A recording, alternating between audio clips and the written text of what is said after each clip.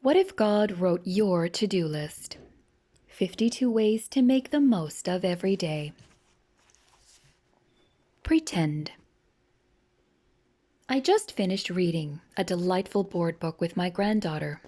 Reese is 1.5 years old and smiles a mile when Chief, that's me, enters the room. The beloved book, First Words, is 20 pages with 20 single photos and 20 single-word descriptions. Girl, boy, socks, shoes, coat, cup, boat, car, truck, train, airplane, teddy, orange, apple, banana, leaf, flower, cat, duck, fish. Reese does an entertaining and excellent job quacking at the duck and meowing at the kitty. But when we turn to the page with fruit, she leans into the picture and pretends to eat the orange or the apple. Does Reese really think it's a delicious and juicy apple or orange? Of course not. And I also don't worry that she believes photos are edible. My granddaughter and a million other kids who read these books are pretending.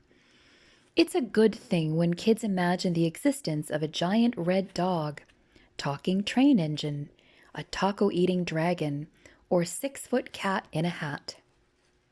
Frankly, most grown-ups need to spend a little more time in the land of make-believe.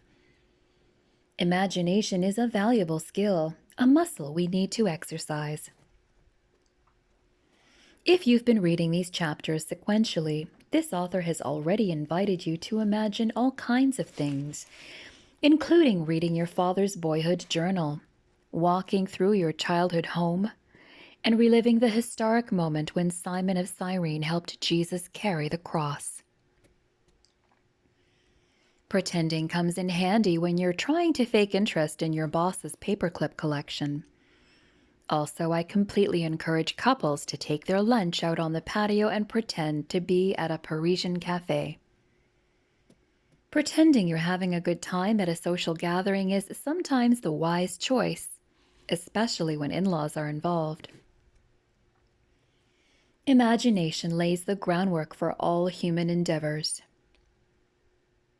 From inventing the printing press to climbing Mount Everest, to writing Hamilton. Gutenberg, Hillary, and Miranda had to imagine it before they did it.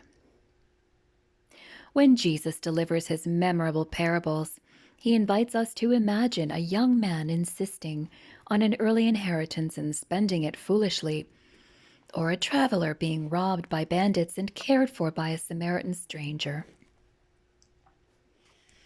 It certainly requires imagination to consider what heaven might be like.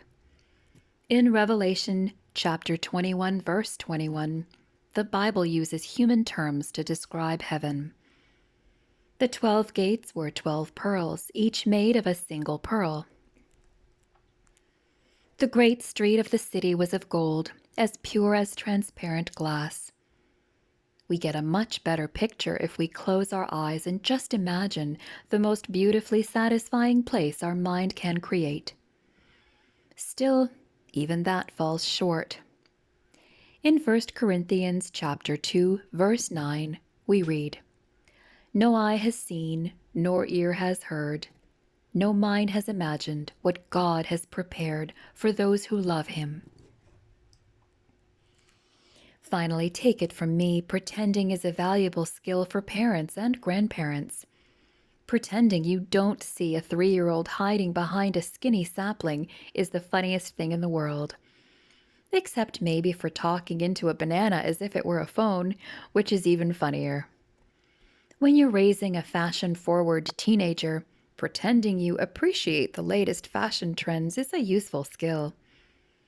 When you drop off your college student, you may feel as if you have to pretend not to be overcome with emotion. But really, it's okay to sniff back some tears.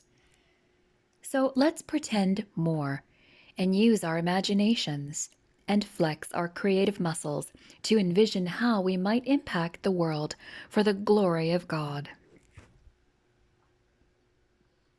Checking the list. Most of us could be a little more childlike.